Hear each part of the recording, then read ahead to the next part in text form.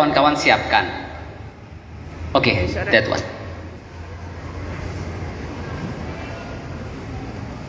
Start from the first slide please. Jadi, nanti banyak pilihan kan setelah ini. Kamu bisa pilih banyak kesempatan kan. Kamu ada yang mau kuliah di mana, jurusan apa.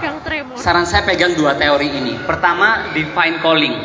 Divine Calling ini teori dari dosen di Harvard University Sahar. Lihat tiga hal: pleasure, strength, meaning. Sesuatu yang kamu sukai, kuasai, dan dibutuhkan dunia. Jadi ketika kesukaan kita, when our intersect with mastery, bertemu dengan ketangguhan kita, and then get bundled up with sincerity, lalu dibungkus dengan ketulusan, maka lihatlah bagaimana Allah membesarkan kita. Next. Nah yang kedua, kamu bisa lihat Ikigai. Ini teori paling populer kedua di Jepang setelah Kaizen. Dia lihat 4 hal. What you love, apa yang kamu sukai. What you are good at, apa yang kamu kuasai. What the world needs, apa yang orang butuhkan. At what you are paid for, apa yang menghasilkan buat kamu, sehingga kamu bisa mencapai kesejahteraan dan meluaskan kebermanfaatan, sehingga kamu menikmati proses, punya pencapaian luar biasa, punya dampak yang besar, dan lebih dari itu kamu bisa memastikan keberlanjutan dari karya yang kamu hasilkan. Buktinya apa? Next. Saya suka 3 hal ya, adik-adik semua ya. 1, inspirasi ke anak muda, saya suka. 2, wirausaha sosial. 3, inovasi kesehatan. Yang pertama ini, dulu saya ingin jadi inspirator. Saya berpikir, Предприниматель Гамаль Альбин Саид, Индонезия. Финалист шоу «Народный артист» и голос Александр Панайотов. As a medical doctor, I said it's so. Next slide ya. And I must do something. Oke, jadi dulu itu saya berpikir gimana bisa jadi inspirator kan.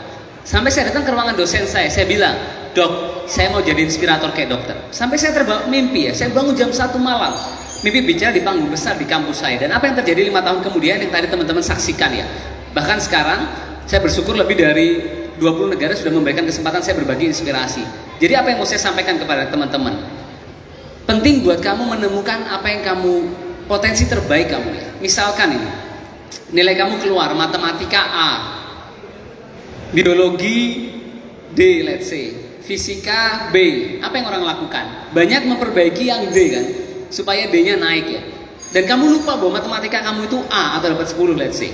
Jadi fokus on your strength, not your weakness. Dan temukan passion kamu. Apa sih passion itu? Pernah nggak kamu mengerjakan sesuatu ini gue banget rasanya? Adrenalin kamu rasanya di puncak. Kamu nggak sabar mengerjakannya. Itulah passion. Anything that gets your mind flying and your soul burn is your passion. Apapun yang membuat pikiran kamu terbang, hati kamu terbakar, itu passion. Kalau kamu sudah mengerjakan passion ya, sampai larut malam kamu gak merasa capek. Pagi, selesai ibadah kamu gak sabar memulai itu. Dan if you follow your passion, money, people, impact will follow you.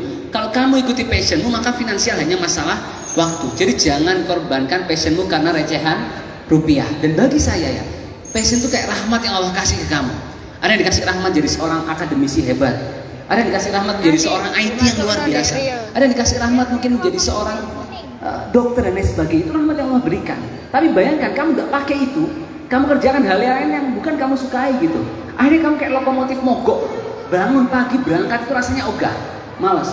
Tapi kalau kamu ikuti passion kamu, itu luar biasa. Saya ketemu Coach Indra Safri, dia bilang, belasan tahun saya kerja di perusahaan, kalah sama 6 tahun jadi pelatih bola. Jadi my advice ya buat teman-teman semua adalah tentukan apa yang mau kamu capai, apa yang kamu sukai, lalu kerahkan semua sumber daya yang kamu miliki untuk mencapai dalam tempo singkatnya. Nah yang kedua, saya buat karya teman-teman ketika kuliah ini, namanya Indonesia Medica ya, sebuah perusahaan yayasan untuk membantu warga kurang mampu mendapatkan layanan kesehatan. Next. Dan kami bersyukur berbagai negara dunia memberikan apresiasi ya. Ini ketika di Peru dan di Jerman. Indonesia Medica to join us on the stage for the prize giving ceremony. So why don't you come and stand up?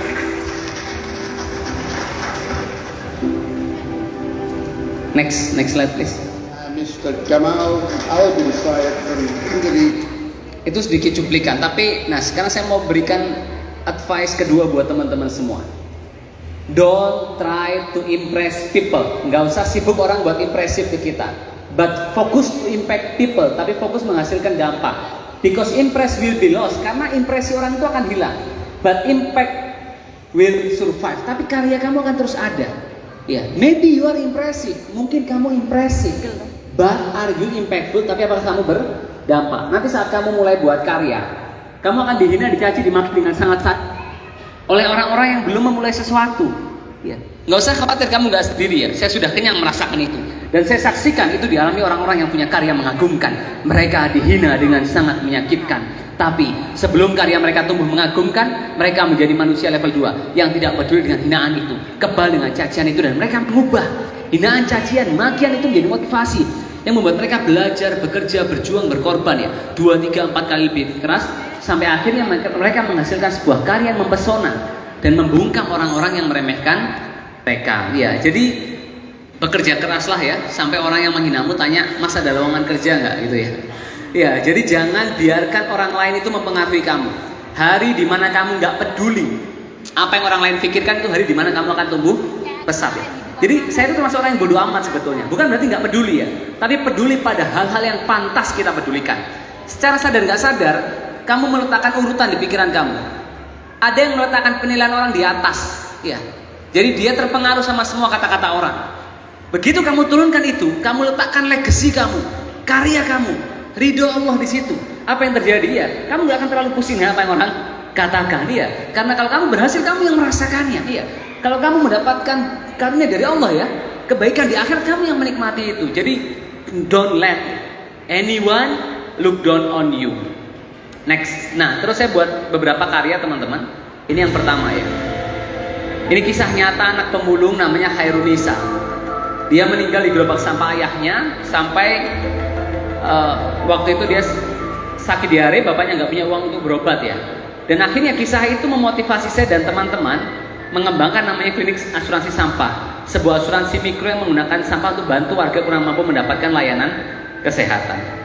Dengan inovasi itu kami bisa bantu masyarakat untuk mendapatkan layanan kesehatan ya. Next slide please. Jadi bayangkan kalau ada warga sakit, kami datang ke rumahnya, kami bilang, "Pak, tidak usah khawatir, sekarang bisa berobat ke tempat kami, bisa operasi rawat inap, tapi cukup membayar dengan sampah, bahkan kami bayarkan iuran BPJS-nya." Next. Dan siap. Next. Kami dapat berbagai dukungan dunia ya, mulai dari kerajaan Inggris, Pangeran Charles ya, dengan University, BBC dan lain sebagainya, mereka mendukung kami. Termasuk John Kerry, Sekretaris Negara Amerika Serikat ya. Bahkan Komjen itu langsung datang ke kantor kami di Kota Malang. Next. Sampai Presiden Rusia Vladimir Putin juga ikut memberikan apresiasi dan dukungan ya. Apa hikmahnya? Bayangkan saya tinggal di Kota Malang, jauh dari hiruk-pikuk ibu kota. Hikmahnya apa? Yang kita lakukan mungkin kecil dan sederhana, tapi dengan keikhlasan, kerja keras dan gotong royong, Allah itu berwenang sepenuhnya membesarkan kebaikan kita. Jadi jangan pernah meremehkan kebaikan sekecil apapun itu. Next. Dan ini pendapat warga atas apa yang kami lakukan. Satu dia sakit. Akan cemu, kalau papa pada anuan dia apa yang mana? Yang mana sampah, yang mana kolia? Yang mana liarnya, sampah liar, yang mana? I know I can fill my trash here, so I collect it. Before I used to throw everything in the street. But now I started to realize that my rubbish could be useful. Sampah. Pressure, and I need to see a doctor twice a month. I can visit a doctor without paying. Kula suwun, pon beri pengobatan nekat berarti anu pak apa dengan anu sampah Mas. Oke, next. Jadi don't be proud with your idea, but focus on the problem that you want to solve. Jangan bangga, sombong sama ide yang kita buat, tapi fokus pada masalah yang mau kita selesaikan. Terus saya magang di rumah sakit adik-adik. Saya malam hari terima pasien, namanya Awalun Nikmah, anak yatim piatu butuh biaya operasi. Terus saya upload di media sosial saya. Waktu itu followernya masih sedikit, tapi semalam saya bisa kumpulkan banyak uang untuk membantu pasien saya waktu itu ya. Semenjak hari itu kami buat satu gerakan namanya siapapeduli.id ya. Next. Dengan program ini, jadi kalau ada pasien nggak mampu, mereka cukup hubungi tim kami, nanti akan upload di media sosial kami. Next. Oh. Next slide again, please.